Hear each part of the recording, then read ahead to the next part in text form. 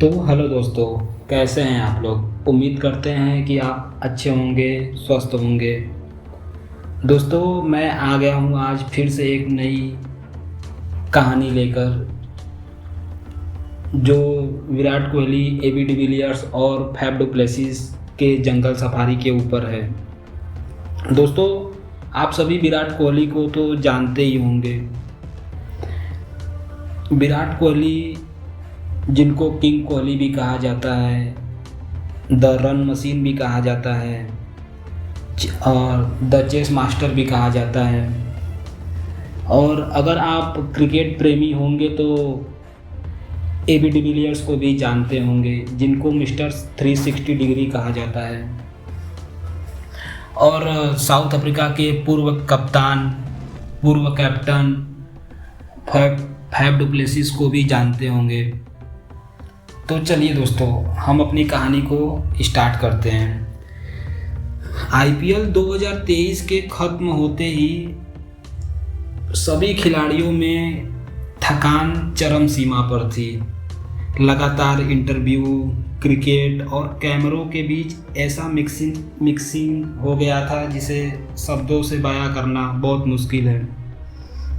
उनको चाहिए था एक वास्तविकता, एक शांत, एक अच्छी लाइफ। उसी दौरान एबी डिविलियर्स ने कॉल किया विराट कोहली और फैफ डु प्लेसिस को और बोला, अगर हम अगले महीने फ्री है तो साउथ अफ्रीका के क्रूंगल नेशनल पार्क चलते हैं, थोड़ा असली ज़िंदगी जीते हैं, थोड़ा असली जंगल देखते हैं और असली पर्यावरण का मज़ा लेते हैं।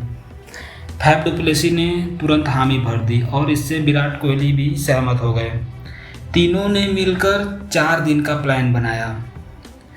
क्रूंगर के सबसे अंदरूनी और कम ट्रैफिक वाले इलाके में सफारी का अनुभव लेने के लिए सब बहुत उत्साहित थे। जब उनकी फ्लाइट क्रूंगल के स्कुकुजा एयरपोर्ट पर उतरी तो सामने कोई गार्डन वाला स्वागत नहीं था, बल्कि था तो एक खुला आसमान और दूर दूर तक फैला जंगल और थोड़ी गर्म हवाएं। उन्होंने एक गाइड लिया था जिसका नाम था जेरोम। जेरोम अपने जीप चालक थाबो के साथ अपना जीप लेकर आया और बोला, welcome to the wild gentleman, no filter here.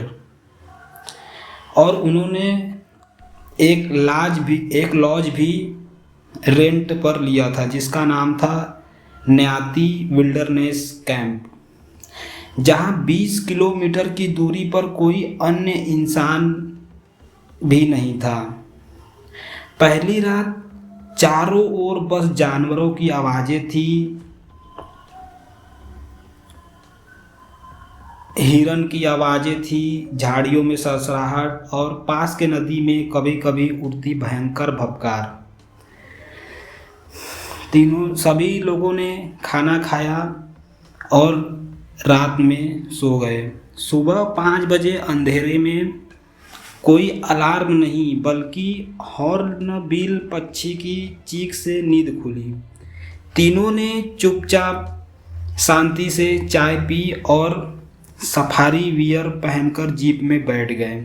Jerome ने कहा, आज हम पश्चिम की तरफ चलेंगे, वहाँ बड़ी बिल्लियों की हलचल हाल ही में देखी गई है।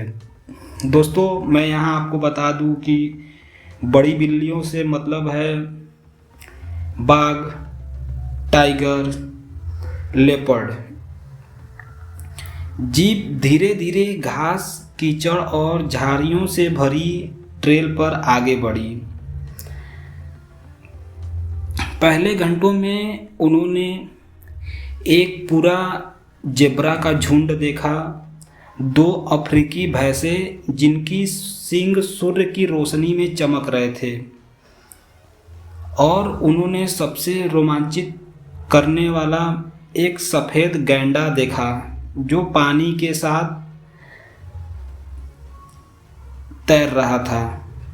फैफ डु प्लेसिस ने धीरे से कहा, यहाँ हर जानवर असली है, हर सेकंड अप्रत्याशित है। लेकिन जेरोम की नज़रें पगडंडी पर थी। वो कुछ और ही ढूंढ रहा था। सुबह 7:45 पर एक बंजर स्थान के पास गीली मिट्टी में ताज़ा पंजे के निशान दिखाई दिया। जेरोम तुरंत रुका और उसको देखने के बाद बोला, यह एक टाइगर का पगमार्क है। आमतौर पर इस इलाके में टाइगर नहीं देखे जाते हैं। लगता है यह शायद कोई प्राइवेट रिजर्व से भाग आया है। विराट कोहली ने हल्के स्वर में पूछा, अगर वो यहाँ है तो हम क्या करेंगे? जेरोम ने बोला, observe silently, move only when I से। दोस्तों, दूसरे दिन सुबह 6 बजे जेरोम ने जीप के बजाय पैदल ट्रैकिंग करने की योजना बनाई। उन्होंने कहा, आज हम उस दिशा में चलेंगे जहां टाइगर के ताज़ा पगमार्क मिले थे। थोड़ी डर के साथ सभी लोग तैयार हुए।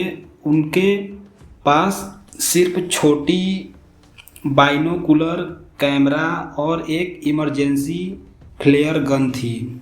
दोस्तों, यहाँ मैं आपको बता दूं कि फ्लेयर गन वो होता है जिससे जानवरों को मारा नहीं जाता, बल्कि उसको चलाकर जानवरों का ध्यान दूसरी तरफ भटकाया जाता है। लगभग 3 किलोमीटर पैदल चलने के बाद वो एक पुरानी सूखे पेड़ के नीचे रुके।